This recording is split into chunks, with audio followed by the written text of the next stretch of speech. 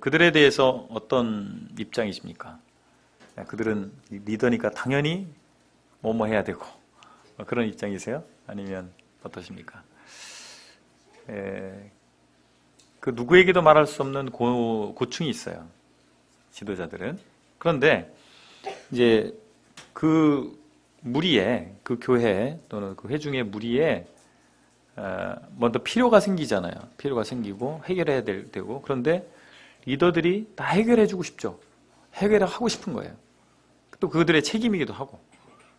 근데 그들도 사람인지라 몰라요. 어떻게 해야 될지 모르고 어떻게 해야 되겠습니까? 하나님 앞에 무릎 꿇고. 그런 것이죠.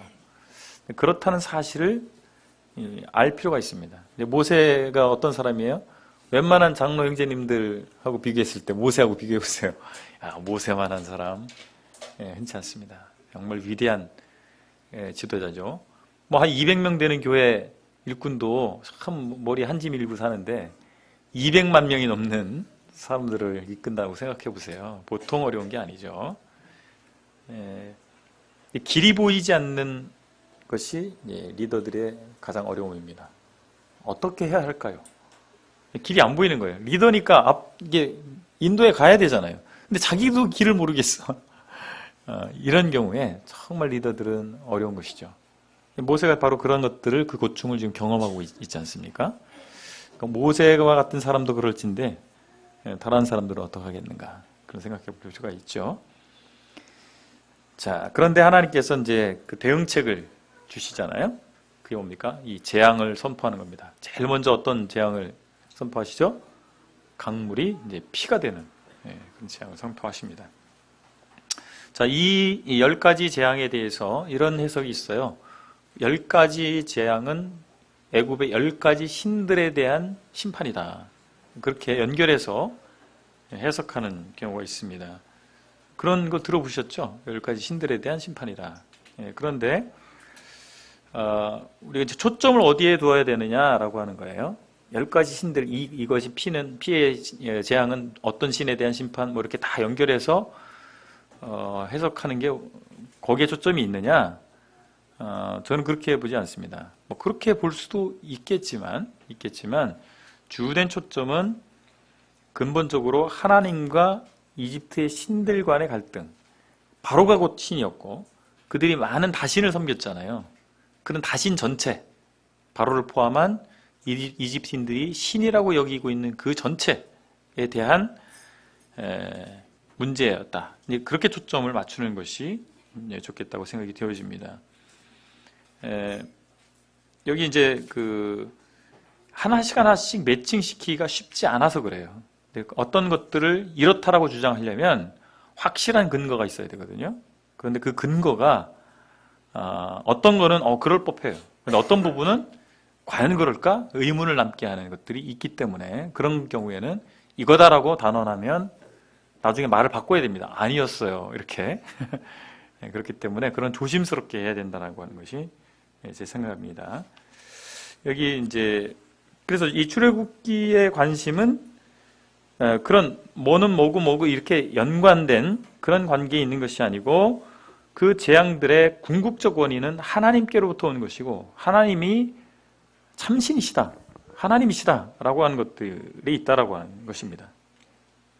여기 이제 지팡이가 뱀이 본 이후에 이 지팡이의 이 뱀이 파라오의 관위에 있었던 우라이우스, 관위에 이제 우라이우스라는 게 뱀의 상징인데 그것을 통해서 또 이렇게 연관해서 생각할 수도 있고 또 이집트의 심장에 대한 공격으로 여겨지기도 하는 것이죠. 이집트의 풍요의 신이 하피였어요. 그래서 하피가 나일강과 밀접한 관계를 가지기 때문에 바로 그 하피에 대한 심판이다. 연관으로 생각할 수도 있거든요. 또 태양이 어둡게 되는 것은 태양신에 대한 심판이다. 이런 식으로 하나씩 연결해서 보는 경우도 있습니다. 그래서 표 2에 제가 애굽에 내려진 10가지 재앙하고 뭐 관련된 애굽의 신들 이렇게 언급을 해놨잖아요. 그런데 개구리 재앙 같은 경우는 종종 헷켓과 연결되는데 그리고 가축에 대한 재앙은 핫소로와 연관되고 헷객과 핫솔은 개구리나 가축의 신이 아닙니다. 형상만 그런 형상이지. 근데 그런 문제가 있다는 거예요. 그러니까 그렇게 1대1로 매칭시키기에는 조금 무리수가, 논리적 비약 같은 그런 무리수가 있을 수 있기 때문에, 분명한 것은 애굽인들이 생각했던 그 신들은 의미가 없고 무력하고, 하나님, 야훼 하나님이 참으로 전능하신 하나님이다 라고 하는 것들을 나타내고 있는 건 분명합니다. 그러나 이게 하나씩 매칭시키는 것은 약간 애매한 부분이 있기 때문에 그렇게 단언하는 것은 어렵다, 그렇게 생각이 되죠. 물론 뭐 이렇게 해서 교훈을 취하고 감동받고 역시 하나님이 최고야 이렇게 결론 내린다면 나쁠 건 없겠지요. 예. 자, 이제 출애굽하는 이제 그런 재앙을 통해서 결국에는 항복하죠. 예, 바로가 항복하고 이제 떠나가게 됩니다. 자, 이 첫 번째 그림에 보면 아카바만이에요. 아카바만. 이 전통적인 출애굽 경로와 다른 경로에서 주장하는 홍해를 건넌 장면입니다. 장소라고 뭐니까 홍해 이쪽이 이집트 지역입니다. 홍해 저쪽은 사우디아라비아예요. 그래서 이집트 쪽에 홍해 도하를 시작한 출발점이 누에이바, 지금 누에이바라고 하는 곳이다. 현재 지명이. 그렇게 주장하는 이제 새로운 학설이 있습니다. 근데 뭐 신학계, 구약학계에서 전혀 받아들여지지 않아요. 아주 소수의 이런 주장이에요. 근데 좀 의미 있다 이렇게 생각합니다. 이런 주장들이. 여러분 이제 지도가 있는데 두 가지 학설이 있어요. 자, 고센이 어딘지 아시죠? 고센. 자, 여기가 고센입니다. 그죠? 고센, 나일강, 하류. 여기 이스라엘 사람들 여기 거주했죠.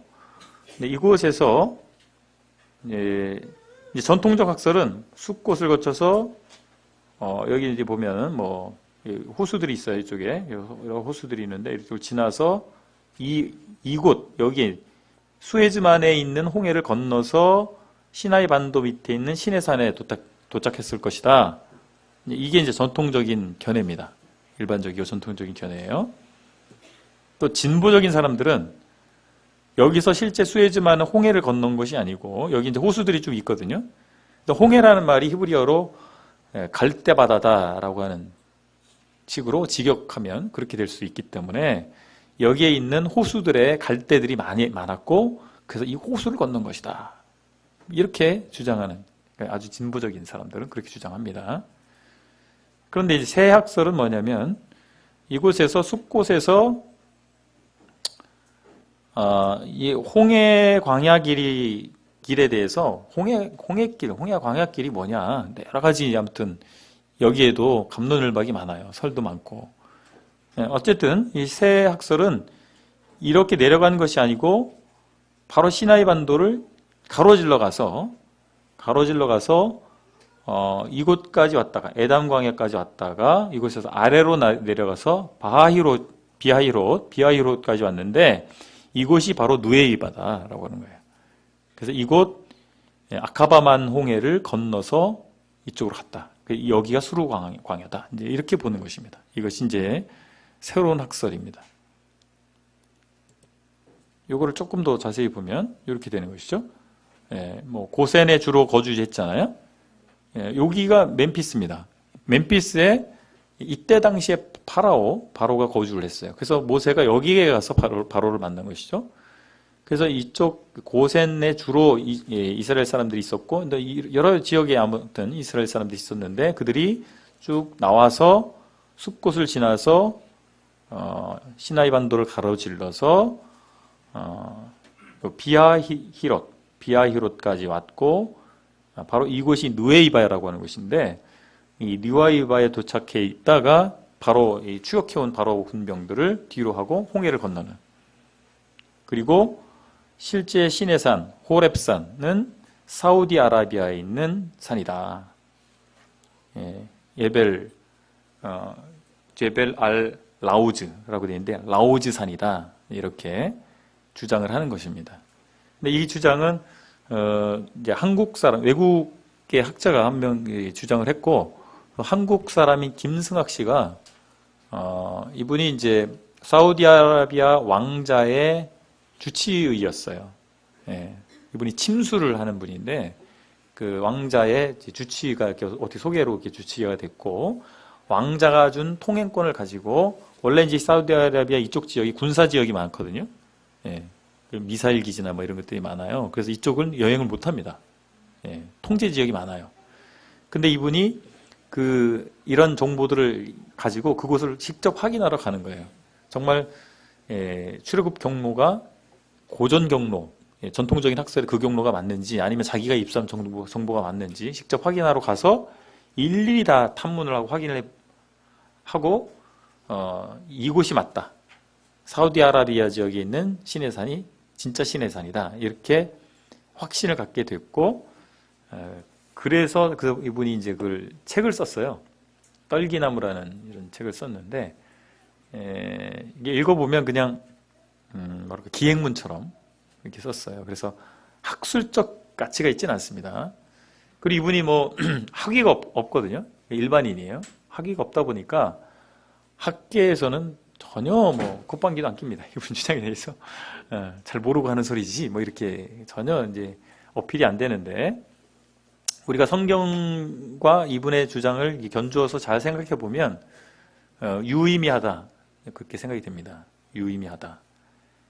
왜냐하면 이게 좀 보시면 누에이바라고 하는 곳이요 들어오는 입구가 이렇게 없어요. 길이 하나예요.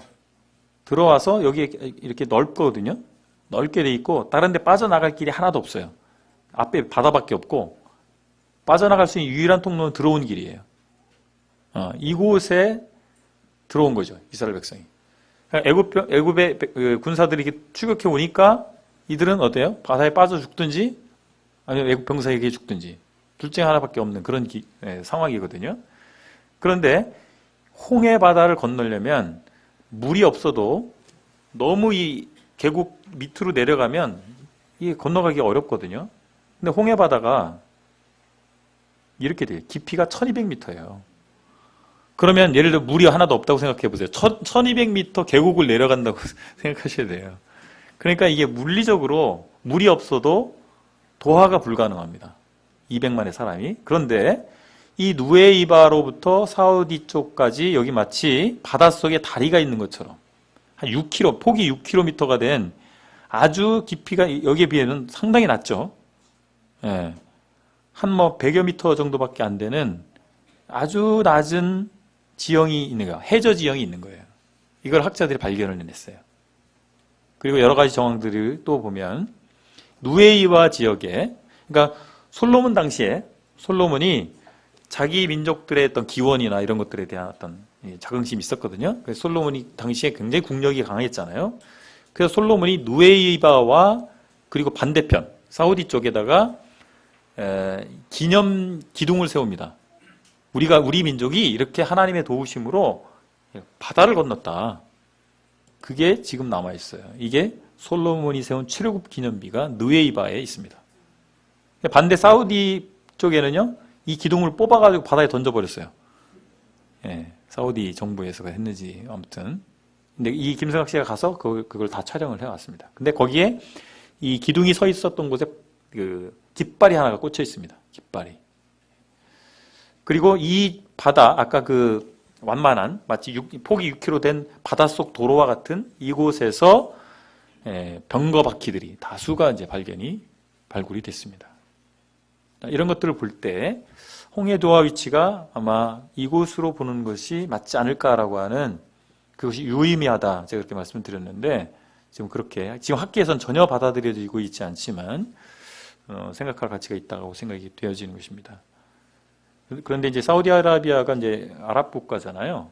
그렇기 때문에 그게 다 총통제가 돼 있고 전혀 사람들이 접근할 수 없게끔 돼 있기 때문에 뭐 증거를 확보하기가 쉽지 않습니다. 근데 뭐 학계에서는 사실 다 증거거든요. 뭐 글이든 어떤 유물이든 어떤 그런 구체적 증거를 가지고 얘기해야 되는데 그것이 없기 때문에 지금 뭐 좀 쉽진 않습니다만 우리가 좀 뭐 학계에서 받아들여지냐 그렇지 않느냐 그것보다도 무엇이 더 성경의 이해에 도움이 되는가 더 가까운가 이걸 생각할 필요가 있다고 생각이 되어집니다. 그러나 애굽을 떠나서 어디를 거쳐서 가나안 땅에까지 갔는지에 대해서는 성경의 주요 초점은 아니다라고 하는 거예요. 성경에서 주목하는 것은 그곳이 어디였다가 중요한 게 아니에요. 어떤 일이 있었고 이스라엘 백성들은 어떤 태도를 보였고 하나님 어떻게 역사하셨는가, 이게 성경의 초점이에요. 그러니까 우리가 초점을 잘 잡아야 돼요. 성경을 해석하고 성경을 공부하실 때 엄한 데 가서 막 고민하고 그러시면 안 돼요. 우리가 이제 성경이 과학책인가요? 아니죠. 그러니까 성경을 너무 또 과학적으로 막 보려고 해도 또 어려운 거예요. 그러니까 성경이 하나님 말씀이다라고 하는 것을 증명하기 위해서 철학도 동원하고 고고학도 동원하고 과학적인 방법도 동원할 수 있어요. 그렇죠? 네, 그거는 잘 하시는 겁니다. 그러나 성경이 기록된 목적은 그게 아닙니다. 철학적 어떤 답을 얻기 위해서, 과학적 해답을 얻기 위해서, 고고학적 해답을 얻기 위해서가 아닙니다. 그렇죠? 예, 성경의 목적은 무엇입니까? 하나님이 인간에게 원하시는 게 뭐냐고요. 그리고 인간은 하나님 앞에서 어떤 태도를 취해야 되는 것이냐. 예, 이거죠. 근데 이제 사람들이 성경 자체가 하나님의 계시 말씀이라는 걸 안 믿으니까 그런 여러 가지 방법을 통해서 이것이 계시의 말씀이라고 하는 걸 증명하기 위한 수단으로 사용하는 것뿐이죠. 그러니까 성경을 또 내용을 이해할 때도 뭐 성경 지리나 이런 것 이해할 필요가 있습니다. 그래야 더 이해를 잘 하니까. 근데 어떤 장소에 대해서 어떤 연도나 이런 거 있잖아요. 저도 이제 공부를 해보니까 처음에는 그런 것들이 굉장히 중요하게 생각되더라고요. 몇 년이 중요하고 막 그렇게. 근데 뭐 1, 2년 차도 나오고 막 그래요. 뭐 10몇 년 차이 나고 어떤 경우는 막 세기가 차이가 나고 그래요. 근데 어떤 거는 연도가 중요할 수도 있어요. 아까 그런 것처럼 진보적인 출애굽 연대를 추정할 때 그러면 성경이 뭔가 문제가 생기거든요. 성경 앞뒤가 안 맞는 문제가 생기거든요. 근데 그러면은 문제가 되지만 그렇지 않은 소소한 문제 이런 것들에 대해서는 너무 그걸 붙들고 늘어지면 주객이 전도되는 겁니다. 성경 공부의 주된 목적이 그게 아닌데 그렇게 될 수가 있습니다. 그런 부분들은 좀 조심하실 필요가 있다 생각이 듭니다. 자, 말씀드리고 싶은 것은 출애굽 경로에 대해서는 정확하지 않습니다. 그곳이 정확하게 어디였는가, 그것은 지금 알 길이 그렇게 어려워요. 알기가 쉽지 않아요. 그리고 그것이 그렇게 중요한 문제는 아니다라고 하는 것입니다. 이것이 역사적 사건이었다. 이건 중요하죠. 설화가 아니고 역사적 사건이었다. 이건 중요합니다. 자, 하나님께서 이제 이스라엘 백성들을 인도하시는데, 여기 이제 이 지도를 보시면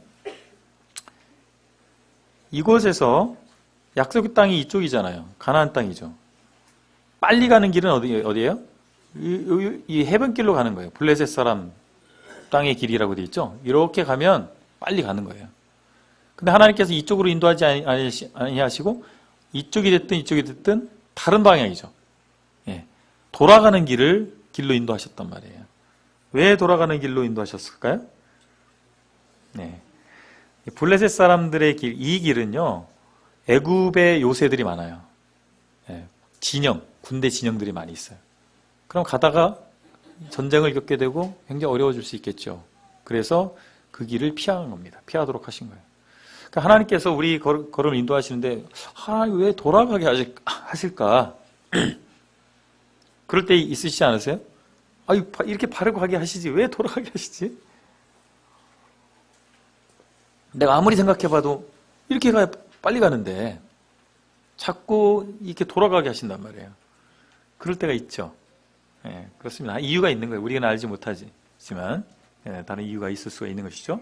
하나님께서 그들을 남쪽으로 인도를 하셨는데, 출애굽 여정에 대한 논란에 대해서 김승학 씨가 떨기나무에서 제기한 논점들을 조금 제가 살펴보도록 하겠습니다. 여러분 교재에 있는데 몇 가지만 다 살펴볼 수는 없을 것 같고요. 몇 가지만 좀 살펴보도록 하겠습니다. 자, 먼저는 A를 보시면, A번에 보시면 시나이 반도의 시내산이 진짜 시내산이 아닌 9가지 이유가 있습니다. 지금 현재 시나이 반도 맨 끝에 있는 무사산이라고 하는 그곳이 시내산이 아니다. 성경에서 말하는 이유가 있는데, 첫 번째, 시나이 반도는 당시에 애굽의 땅이었다. 아까 제가 말씀드렸죠? 애굽 땅이에요. 바로를 통해서 애굽을 탈출했는데 애굽 땅 안에 있다면 말이 안 된다는 얘기입니다. 두 번째, 이스라엘은 이집트에서 조상들의 흔적을 찾아내지 못했다. 이스라엘이 중동 전쟁을 통해서 시나이 반도를 다 확보한 적이 있었습니다. 시나이 반도가 다 이스라엘 땅으로 넘어왔어요. 근데 이스라엘 사람들이 시나이 반도를 돌려줘요. 근데 그곳에 이스라엘 사람들이 시나이 반도를 차지하고 있을 때 뭘 했냐면 지질 조사를 다 했어요. 석유가 혹시 매장돼 있는가, 아니면 좋은 뭐 광물 같은 게 나올 수 있는가, 경제적 가치를 검토했고, 또 하나는 뭐냐, 고고학적 가치. 자기들의 출애굽을 믿잖아요. 이스라엘 백성들은 그 출애굽의 흔적이 있는가, 고고학적 가치가 있잖아요. 그걸 다 조사했는데 없는 거예요. 그래서 그냥 돌려줬어요. 쿨하게 돌려줬어요. 쿨하게. 그러니까 이 넓은 땅을, 이스라엘 땅하고 비교해보세요. 몇 배잖아요. 그거를 그렇게 돌려줄 수 있는가. 피를 흘리고 얻은 땅인데 별 볼 일 없는 땅이니까 준 거예요. 다시. 그런 얘기고요. 그 다음에 시나이 반도의 시내산은 이스라엘 백성들이 시나이 반도를 지나기 3000여 년 전부터 신이라 불렸다. 시나이라 불렸다. 그러니까 새롭게 붙여진 이름이 아니다. 올해부터 그렇게 내렸던 얘기고, 그 다음에 시나이 반도 시내산은 AD 527년 순례객들을 충족시키기 위해서 급조된 성지일 뿐이다. AD 527년이면 기독교가 로마의 국교가 된 지 한참 세월이 지났죠. 그래서 로마 제국이 다 이 지중해 연안을 다 다스리고 있을 때입니다. 그래서 순례객들이 그런 요구가 있었던 거예요. 그러니까 로마 제국에서 그럼 이걸 시내산으로 하지. 그래서 급조했다라고 보시면 됩니다. 다섯 번째는 출애굽해서 10계명을 받기까지 11년 5일 동안 11개월 5일 동안 애굽 땅이 있었다는 것은 말이 안 된다. 그 얘기고요. 여섯 번째, 애굽 왕자로서 애굽 땅을 잘 아는 모세가 애굽 군인들이 많은 곳으로 이스라엘 백성을 데리고 갔을 리는 없다. 이 시내산 그쪽에 광산이 있었대요. 애굽 광산이. 그러니까 거기는 애굽인들이 많이 있었겠죠. 광산이 있었으니까. 그리로 데려가진 않았을 것이다. 얘기고요. 그 다음에 일곱 번째는 시나이 반도는 르비딤과 호렙산 사이가 48km나 떨어져 있어 성경과 다르다는 주장이고요. 여덟 번째는 시나이 반도는 무사산 앞에는, 그러니까 시나이 반도에 있는 무사산 250만 이스라엘 백성들이 다 앉을 만한 광야가 없다. 실제 시나이 반도에 있는 시내산에 다녀오신 분들이 그런 얘기 하시더라고요. 이해가 안 됐대요. 올라갔는데 250만이 있을 만한 어떤 땅이 있어야 되잖아요. 그런 곳이 안 보이더라는 거죠. 다 산이고. 그런 얘기고요. 그 다음에 아홉 번째는 기존의 출애굽 경로에 의하면 홍해를 건널 필요가 없다. 그렇죠? 이 그림에서도, 이 지도에서도 보면 굳이 여기까지 와서 이렇게 건널 필요가 있느냐. 이렇게 도망가지. 그죠? 그렇게 말해도 되잖아요. 근데 이곳은 도망 가다가 보니까 이제 막다른 곳에 몰린 그런 형국이라고 하는 것이죠. 그런 측면에서 이쪽 느웨이바 지역이 설득력이 있다라고 하는 주장입니다. 뭐 이걸 다 살펴볼 수는 없을 것 같고요. 여기까지. 그래서 나머지는 좀 읽어보시고, 홍해 도하.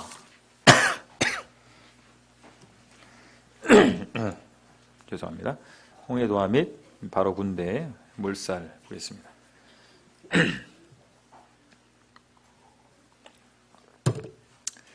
홍해 도하 및 바로 군대 물살 2번 거기 보시면 이제 바로가 보내주기로 해놓고 이제 마음을 바꾼 거예요. 바꿔가지고 이제 다시 추격을 하게 된 겁니다. 비하히롯이 제가 볼 때는 새 학설에 의하면 느웨이바다 이렇게 주장을 하는 거고요. 비하히롯에 이르렀는데 비하히롯의 구조가 홍해 바다 외에는 탈출구가 없는 곳이었다. 근데 느웨이바가 아까 인공위성 사진에 보니까 딱 그 모양으로 생긴 거잖아요. 이렇게 탈출구가 없는 상황에서 추격해오는 바로 군대, 이 이스라엘 백성은 어떻게 할 거냐. 이런 가운데서 이스라엘 백성들은 공포에 사로잡혀가지고 좀 두려움에 이제 떨고 있었던 것이죠. 자, 이때 출애굽기 14장이죠. 13절에 모세가 뭐라고 합니까? 유명한 또 구절이잖아요. 14장 13절. 모세가 백성에게 이르되 너희는 두려워하지 말고 가만히 서서 여호와께서 오늘 너희를 위하여 행하시는 구원을 보라. 사실 이스라엘 백성이 가만히 서 있을 수밖에 없었죠. 명령할 필요가 없어요. 네. 그러니까 우리가 아무것도 할 수 없을 때 하나님의 역사가 일어납니다. 그럴 때를 경험하시죠. 야, 정말 아무것도 할 수 없는 그런 상황을 만나게 됩니다. 우리 인생 가운데서. 그것이 기적을 체험하기 때문에 나쁜 것만은 아닌 것 같아요. 그죠? 기적이 일어나니까 그런 상황에서는 이스라엘 백성들이 정말 가만히 있어서 하나님의 구원을 의지할 수밖에 없는 이런 상황이 된 거예요. 그런데 모세가 외관상으로 정말 믿음의 용사, 전혀 요동함이 없이 하나님의 구원을 봐라 했지만 속으로는 어땠을까요? 주야 하면서 막 그게 어떻게 15절에 보세요. 15절에 보면 여호와께서 모세에게 이르시되 너는 어찌하여 내게 부르짖느냐. 속으로는 주야 살려주세요 이런 거죠. 겉으로는 의연했지만 속으로는 정말 자불안석이죠. 주여 살려주세요. 다 죽게 생겼습니다. 이렇게 부르짖은 거죠. 하나님께서 들으신 거예요. 그러니까 하나님께서 우리의 통성기도만 들으시는 게 아니고 일반 교단에서는 통성기도 많이 하잖아요. 소리를 쳐야 하나님 들으시는 게 아니고 우리가 속으로 소리쳐도 들리죠. 하나님께는. 그죠? 내면에서 부르짖는 모세의 부르짖음을 하나님 들으신 거예요. 그래서 네가 어찌하여 내게 부르짖느냐 하나님 이렇게 얘기하시잖아요. 참 기도응답 같은 거 우리가 많이 경험을 하는데 어떤 경우에는 정말 몇 날 며칠을 새벽에 일어나서 무릎 꿇고 하나님께 막 이렇게 기도해도 하나님이 들어주실까 말까 하는 경우도 있고 어떤 경우에는 눈 뜨고 걸어가면서 한번 쓱 하나님 이거 해주시면 좋을 것 같은데 이렇게 점점점 했는데도 기도가 응답되기도 하고 그렇지 않습니까? 우리가 하나님 앞에 기도한다라고 하는 우리의 정성도 있지만 하나님께서 우리를 어떻게 여기시는가 그리고 그것이 우리에게 정말 필요한가 이것과 더 연관이 있지 않나 개인적으로 그렇게 생각이 되어집니다. 마음속에 부르짖음, 모세의 부르짖음을 하나님께서 들으셨고 또 어떻게 보면 여러분 대부분 교사시니까 하나님께서 맡겨주신 이 학생들을 위해서 좀 부르짖을 필요가 있다는 생각이 들어요. 겉으로는 의연하게 야 얘들 걱정하지 마 하지만 속으로는 하나님이 이 아이들을 지켜달라고 좀 어려움에 처한 우리 학생들 한 사람 한 사람 놓고 우리 기도하시잖아요. 그래서 이렇게 간절하게 부르짖는 그 부르짖음을 하나님께서 들으신다 생각이 듭니다. 하나님 명령하시죠. 지팡이를 들고 손을 바다 위로 내밀어 그것이 갈라지게 하라. 바다가 갈라졌으니 다행이지 안 갈라졌으면 이게 위신이 말이 안 되죠. 그게 무슨 말이냐면 전혀 불가능한 일이죠. 인간적으로 보면 불가능한 일이에요. 그런데 하나님이 하라고 하신 거죠. 그런 경우가 많이 있습니다. 인간적인 방법으로 볼 때 불가능해 보이는데 하나님이 도전하게 하시는 그런 경우가 많습니다. 교회 사역도 마찬가지고 개인의 얘기도 마찬가지예요. 그런데 그때 믿음이 필요한 것 같아요. 동의하시죠?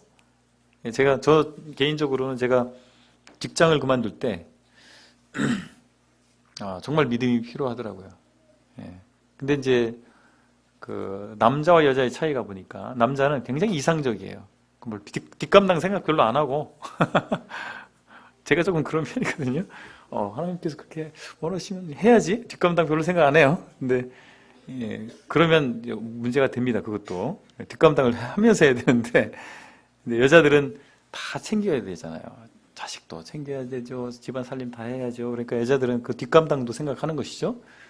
제가 이제 직장 그만두고 전임으로 이제 하기로 그렇게 할 때 제 아내와 그런 게 있었어요. 아내는 조금 더 있다 해야 되지 않는가. 저는 주님 부르시는데 당장 가야지 이런 거였고. 그런데 이제 현실적으로 직장생활 하는 것이 낫죠. 여러 가지 면에서 교회도 빚도 있는데 그때 우리 교회 건축해가지고 교회도 빚도 있고 그런데 이게 한 사람 더 교회가 책임져야 되고 그걸 원하는 건 아니지만 그런데 하나님께서 뭔가 분명한 콜링을 주시면 우리가 다른 것들 돌아보지 아니하고 그 부르심에 순종하는 것이 필요하다는 생각이 들고, 제 개인적인 경험에도 그 이후로 지금 10년이, 올해가 10년째거든요. 10년이 됐는데 전혀 어려움이 없었어요. 큰 어려움이. 제가 그 직장에 사표 낼 때 그 마지막 달이었는데 그 달까지 출근하는 거예요. 그 달에 이제 저희 아이들을, 그때 큰 아이가 6학년인가 초등학교 뭐 그랬어요. 근데 아이들을 데리고 청주에, 여기도 뭐 아웃백 같은 거 있잖아요. 아웃백을 제가 한 번도 안 갔는데 아웃백을 갔어요. 데리고 애들을. 이유가 언제 이런 데 또 오겠냐. 예, 마지막이다. 처음이자 마지막이다. 그래서 시커먹어라. 예, 오늘까지는 내가 돈 번다. 데리고 간 거예요. 가가지고 이제 애들 막 근데 제가 처음 가다 보니까 뭐가 맛있는지 모르잖아요. 그냥 뭐 대충 먹고 시켰어요. 그랬더니 막 먹고 나더니 큰애가, 아빠 여기 다시는 오지 마요. 정말 맛없어요. 얼마나 다행인가. 그래, 오지 말자. 예, 그런 마음으로 이렇게. 근데 그런 각오가 있었거든요. 근데 정말 그렇게 그런 거는 뭐 구경도 못하고 그렇게 살 줄 알았는데 그렇지도 않더라고요. 또 제가 직장 그만둬도 뭐 그렇게 넉넉하진 않지만 또 주님께서 먹이시고 입히시고 아이들 다 학교 보내고, 지금 아이가 이제 큰애는 이제 군대 가 있고 그렇게 하셨습니다. 하나님께서 하시는 거지 사람이 다 준비하고 하는 건 아니다라고 하는 것이죠. 지팡이를 내밀어서 갈라진 거예요, 바다가. 근데 이것을 이제 그 자연현상 측면에서도 이해할 수 있게끔 실험을 한 사람들이 있어요. 동영상 유튜브에 막 돌아다니거든요. 동풍이 불었다고 나오잖아요. 성경에 보면 동풍이. 그래서 실제로 그 장치를 만든 거예요. 축소판으로. 그 홍해, 그냥 축소판 만들고 그 다리처럼 해저 지형이 그렇게 생겼다고 했잖아요. 근데 그렇게 또 만들어 놓고 바람을 세게 부는 거예요. 정말 그 부분만큼 땅이, 물이 싹 마르고 드러나더라고요. 그 실험을 하는데. 제가 그걸 봤거든요. 동영상을. 그러니까 하나님께서 뭐 아무것도 없어도 가능하시지만 그럼 자연 현상들을 활용해서 하실 수도 있다. 분명히 바다는 갈라졌다. 우리나라에도 바다 갈라지는 데 있잖아요. 전라도죠. 그러니까 하나님께서 못하실 게 없는 것이죠. 바다가 갈라져서 결국에는 그 사이로 이스라엘 백성들이 바다를 건너게 됩니다. 그런데 이 애굽 병사들이 이제 쫓아오잖아요. 추격해 오잖아요. 추격해 오는데 하나님께서 어떻게 하셨어요? 또 그들이 있는 곳은 어둡게 하시고 이스라엘 백성이 있는 곳은 밝게 하셔서, 어두우니까 뭐 어디로 가야 될지 모르는 거죠. 그러니까 이제 뭔가 이 기적이 일어날 때는 완벽하게 일어납니다. 완벽하게. 하나님이 일으키는 기적은 어설픈 기적이 아니에요. 요즘에 근데 뭐 사람들 기적 뭐 이렇게 얘기하고 그리고 쫓아다니는 사람들 보면 좀 어설픈 게 많아요. 하나님의 기적은 완벽합니다. 완벽하게 이스라엘 백성을 구원하기 위한 목적이잖아요. 그러니까 정확하게 다 구원하시죠. 몇몇 뒤에 뒤처진 사람들은 칼에 맞아 죽고 뭐 이랬다면, 그죠? 이건 뭐지? 이렇게 되는 거예요. 근데 완벽하게 다 건너오게 하신 것이죠. 그런데 그러고 나서 애굽 병사들이 이제 이 마른 땅에, 바다 위에 있는 땅으로 들어오게 됐을 때 이제 그들이 병거가 막 빠지고 이렇게 하면서 우왕좌왕하는 가운데서 바닷물이 다시 덮여서 그들이 다 수장되는 그런 일들이 일어나게 된 것입니다. 이 홍해 사건은 이스라엘 백성에게 신앙의 기초, 그들이 하나님을 믿는 신앙의 기초가 되는 역사적 사건입니다. 그것뿐만 아니라 우리 하나님을 믿는 신약 백성인 우리 교회에게도 매우 의미 있는 사건이죠.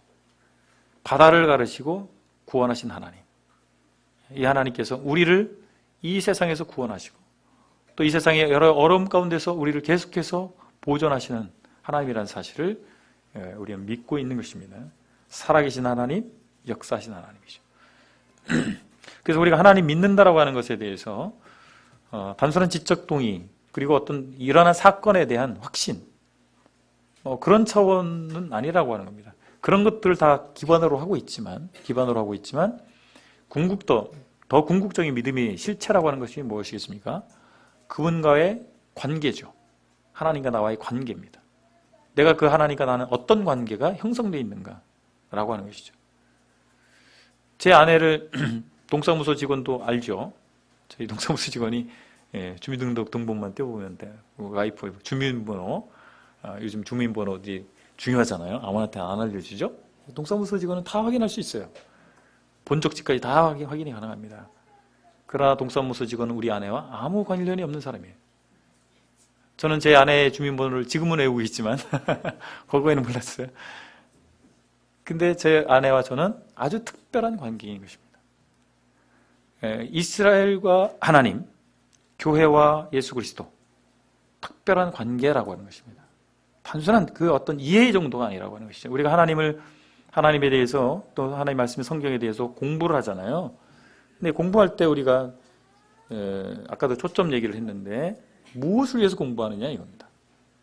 그분과의 관계를 더 돈독히 하기 위해서 여야지 단순한 우리 지적인 호기심을 만족시키고 그런 어떤 기술적인 면을 증가시키기 위해서 공부하는 것은 목적이 잘못된 것이죠. 그분과의 관계, 그분을 더 깊이 할 때 부부들도 그렇잖아요. 신혼 때가 제일 좋을 때였습니까? 신혼 때 좋았다가 점점 하면서 식어지고 권태기 오고 이렇게 떨어집니까? 아니면 더 좋아지나요? 정치적으로 발언하셔도 됩니다. 더 좋아진다고. 근데 이제 솔직하게 고백을 하다 보면 저 같은 경우 정치적 발언 아니에요. 점점 더 좋아지는 것 같아요. 왜냐하면 더 깊이 아니까. 하나님과 우리 관계도 마찬가지인 것 같아요. 우리 하나님을 이제 막 구원받았을 때 그 구원의 첫사랑이 있잖아요. 와, 얼마나 기뻐요. 구원의 확신을 받고 또 나를 이렇게 사랑하시는 하나님을 만나고. 근데 세월이 지나가 보니까 그 이상이었다는 걸 알게 되죠. 그게 정말 위대한 하나님, 그 하나님의 큰 사랑을 깨달았다고 생각했는데 지날수록 정말 하나님 정말 큰 하나님이셨구나. 정말 나를 깊이 사랑하셨구나. 더 많이 알게 될 때 그분과의 관계가 더 가까워지겠죠. 그런 원리가 있다고 생각이 되어집니다. 홍해의 기적이 위대한 기적이었지만 그 후에 그 역사의 과정 가운데서 정말 이스라엘과 함께 하신 하나님을 보면서 홍해의 기적 이상의 그 하나님의 위대하심과 하나님의 선하심을 발견하게 되는 것입니다. 자, 마라가 나옵니다. 이제 홍해를 딱 경험했잖아요. 쇼킹한 경험을 했는데 사흘 길을 갔는데요. 광야의 사흘 길을 갔는데 물이 이제 필요하잖아요. 물이. 오아시스가 있어요. 광야 체험을 한번 해보셔야 되는데 제 아내가 광야를 같이 갔었거든요. 광야 체험을 했는데 지금도 그 얘기를 해요. 발이 푹푹 빠지고 이스라엘 백성들이 그렇게 원망했던 게 이해가 된다고.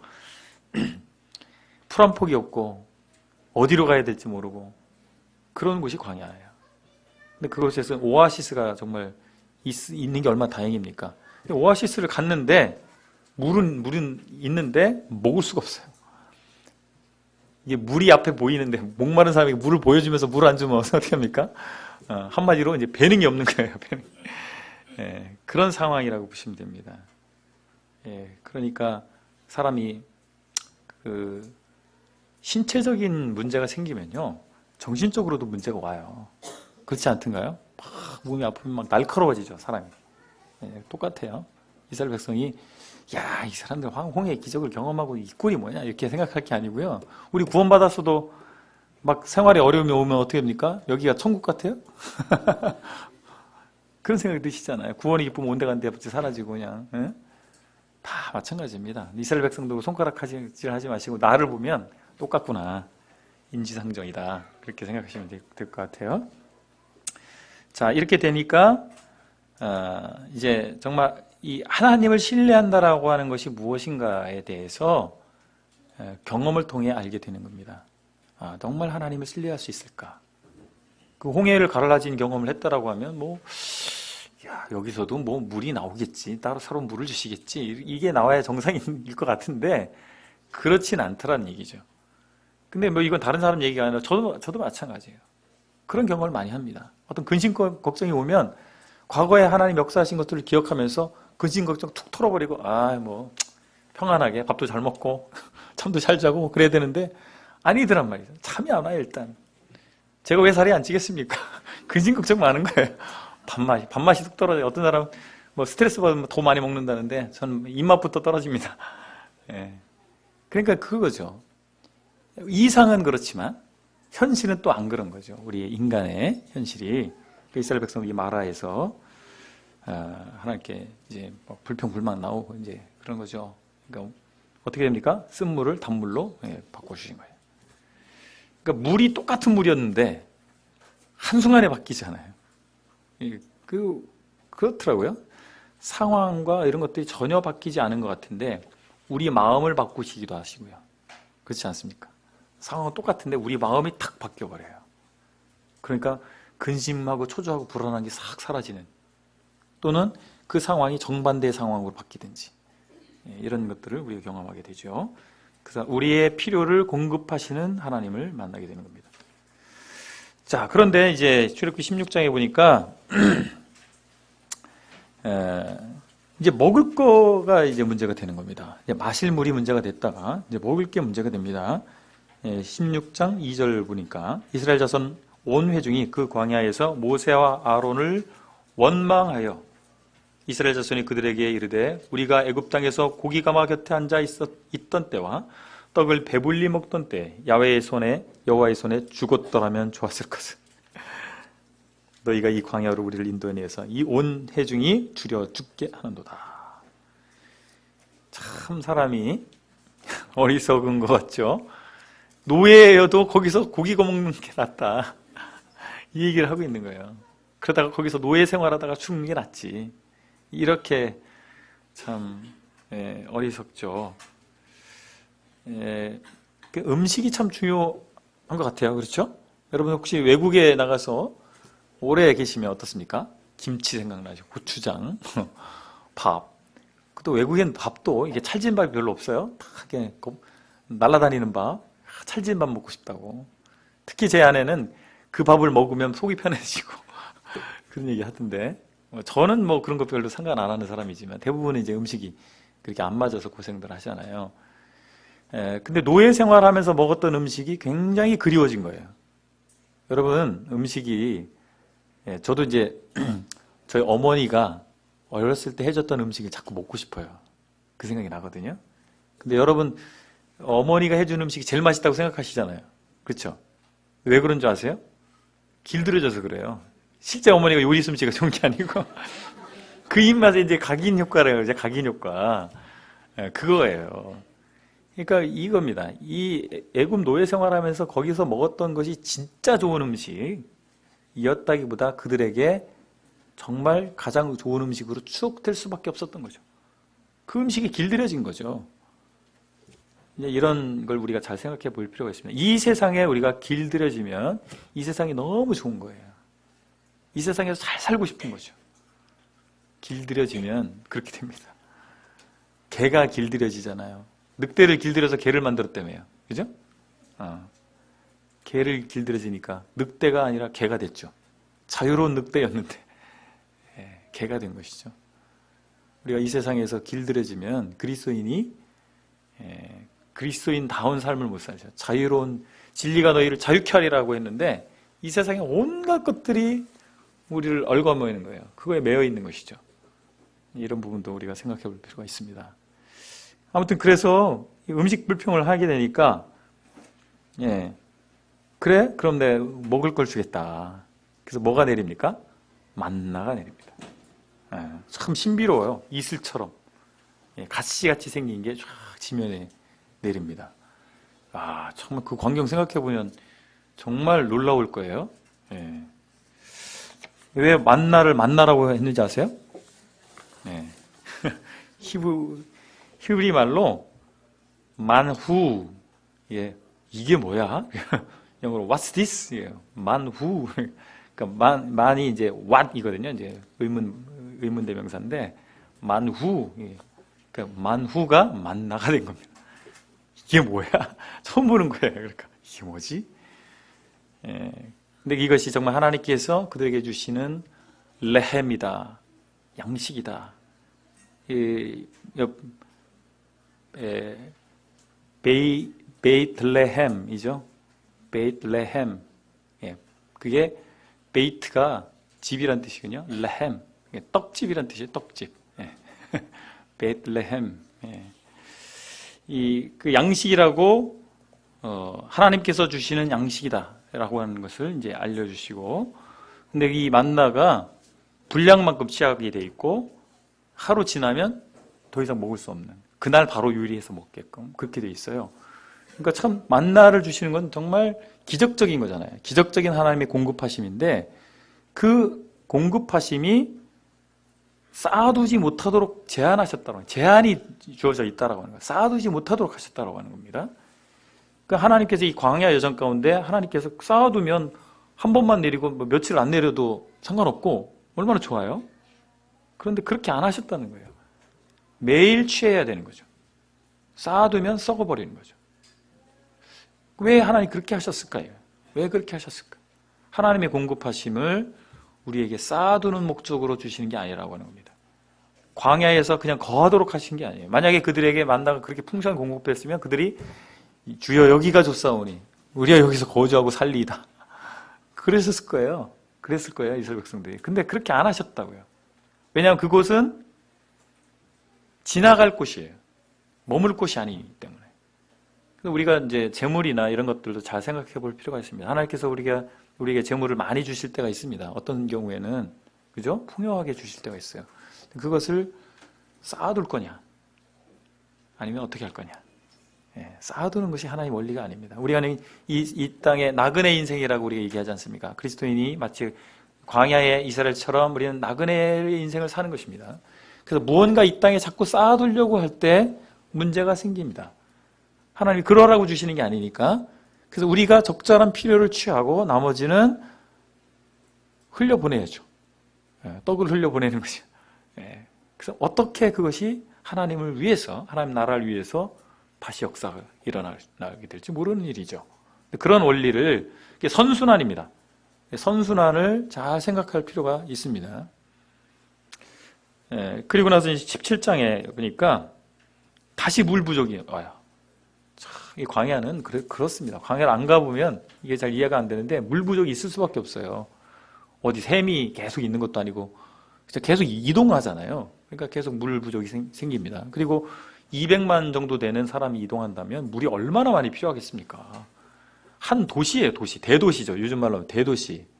전주 인구가 200만 안 되죠? 예.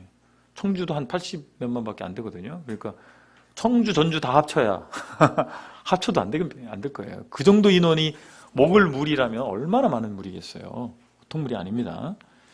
르비딤에서도 또 하나님께서 반석을 쳐서 물이 나오도록 그렇게 하십니다. 그런데 이제 아말렉을 만납니다. 출애굽기 17장 8절 이하에서 보면 이제 아말렉을 만납니다. 아말렉과 이제 최초의 이제 이스라엘 백성이 출애굽한 이후에 최초의 전투입니다. 아말렉과의 전투. 이제 물을 발견하고 나서 이제 아말렉과 전투가 일어나는데, 이때 여호수아가 처음 등장합니다. 여호수아가 군대 지휘관으로 처음 등장을 하고, 모세는 무슨 일을 하죠? 기도를 하죠. 손을 들고. 근데 팔이 너무 아파요. 이렇게 손이 내려오죠. 내려오면 지고, 정신 차리고 또 올려야지. 그럼 또 이기고. 그러다 보니까 이게 도저히 안 되겠어요. 그러니까 아론과 훌이 팔을 이렇게 모세를 앉혀가지고 팔을 잡고 있는 거죠. 그러니까 이기는 거죠. 참 하나님께서 아주 재미있는 상황을 연출을 하셨다, 저는 그렇게 봅니다. 아주 재미있는 상황. 그러면서 우리에게 역사를 지나서 모든 사람들에게 하나님의 역사가 어떻게 이루어지는가를 보여주시는 장면이라고 생각됩니다. 그래서 혼자 하는 거 아니다는 거예요. 혼자 하는 게 아니고 하나님이 하시고 우리가 함께 하는 것이다. 우린 팀이다.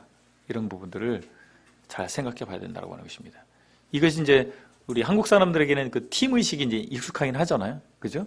그래서 영적으로 이런 팀으로 함께 하는 거. 근데 이제 좀 안 좋은 것은, 그게 이제 식민사관인지, 우리 일본 사람들이 주입한 건지 모르겠는데, 한국 사람은 한 사람은 뛰어나는데 3명만 모여놓으면 서로 분당이 일어나고 퍼벌이 생기고 그런다고. 실제인지 아니면 그렇게 가르쳐서 그런지 모르겠어요. 근데 어떤 개교회든 어떤 그 지역에 있는 교회들이든 여러 가지 뭐 연합해서 하는 뭐 연합 캠프도 있고 그렇게 하는데 함께 하는 것을 잘 하는 것이 하나님 일을 잘하는 거다. 그런 생각이 듭니다. 혼자 잘하는 거는요, 어떻게 보면 쉬울 수도 있어요. 근데 함께 하려면 약간 생각도 다르고 또 일하는 속도도 다르고 그렇지 않습니까? 네, 그렇기 때문에 쉽지 않습니다. 그런데 하나님께서는 함께 하기를 원하신다. 함께 일하기를 원하시고 그 가운데서 하나님께서 역사하신다는 사실을 생각해 볼 수가 있습니다. 얼마 안 남았기 때문에 마저 마치고 이 시간을 마치도록 하겠는데, 자, 이렇게 됐는데 그래서 이제 결국에는 승리를 하죠. 첫 번째 전투에서. 그런데 이제 모세가 백성들의 상담 그리고 이 대소사 문제들을 다 해결해주고 이런 일을 하다 보니까 몇 명이에요 도대체? 뭐 토탈 200만이고 그 문제를 찾아오는 사람 이렇게 아무리 적게 잡아도 보통 일이 아니거든요. 그러다 보니까 이제 모세가 이제 기진맥진한 이런 상태가 된 거죠. 그때 모세의 장인 이드로가 얘기를 하죠. 사람들을 세워야 되지 않냐. 뛰어난 덕성을 가진 사람들을 세워서 소소한 일들은 그들이 할 수 있도록, 처리할 수 있도록 해야 된다. 그런 조언을 하게 됩니다. 여기서도 이제 결국 이제 일종의 이제 팀워크인데, 아주 중요한 일들을 감당해야 될 사람과 상대적으로 덜 중요한 일을 감당해야 될 또 다수의 사람들이 일을 분담할 필요가 있다고 하는 것입니다. 안타까운 경우가 많이 있어요. 이제 교회가 개척되고 인원도 얼마 안 되고 하면 그 개척한 일꾼이요 다 해야 됩니다. 차 운행도 해야 되고 뭐 청소도 해야 되고 뭐 다 해야 돼요. 그건 어쩔 수 없어요. 근데 교회 규모가 어느 정도 됐는데 일꾼이 뭐 다 하고 있어요. 청소부터 해가지고 뭐 사운행까지 다 하고 있어요. 그거가 교파적이다. 저는 그렇게 생각합니다. 뭐 교파가 그렇게 하진 않아요. 근데 한두 사람이 많은 일을 독점하거나 그렇게 하는 것을 요구할 때 그것이 신약 성경적인 교회의 모습이 아니다는 거예요. 각양 은사를 나눠주시고 서로 연합해서 각 은사를 활용하도록 하는 것이 신약 성경적인 교회죠. 우리가 그런 교회를 추구하고 있기 때문에 이런 형태로 하려고 하는 거 아니겠습니까? 그죠? 성경의 여러 가지 원리들을 보면 한두 사람에게 모든 것이 집중되어 있지 않아요. 다 함께하는 그런 시스템이지 그렇지 않다라고 하는 것입니다. 그런 측면에서 볼 때에도 우리가 서로 짐을 나눠주려고 하는 것, 그리고 일꾼들도 자기가 모든 것을 다 독점하려고 하지 말고 그 쉐어링, 나눠줄 필요가 있다는 겁니다. 일들을 나눠주고 위임해주고 그럴 필요가 있다라고 하는 것이고, 그것이 잘 되는 방법이죠. 한 사람의 한계가 분명히 있거든요. 아무리 능력 있는 사람도 분명히 한계가 있기 때문에 그것을 넘어설 수가 없습니다. 그래서 함께 할 때 그것들이 가능하다는 생각을 갖게 됩니다. 이 시간 여기까지 마치겠습니다.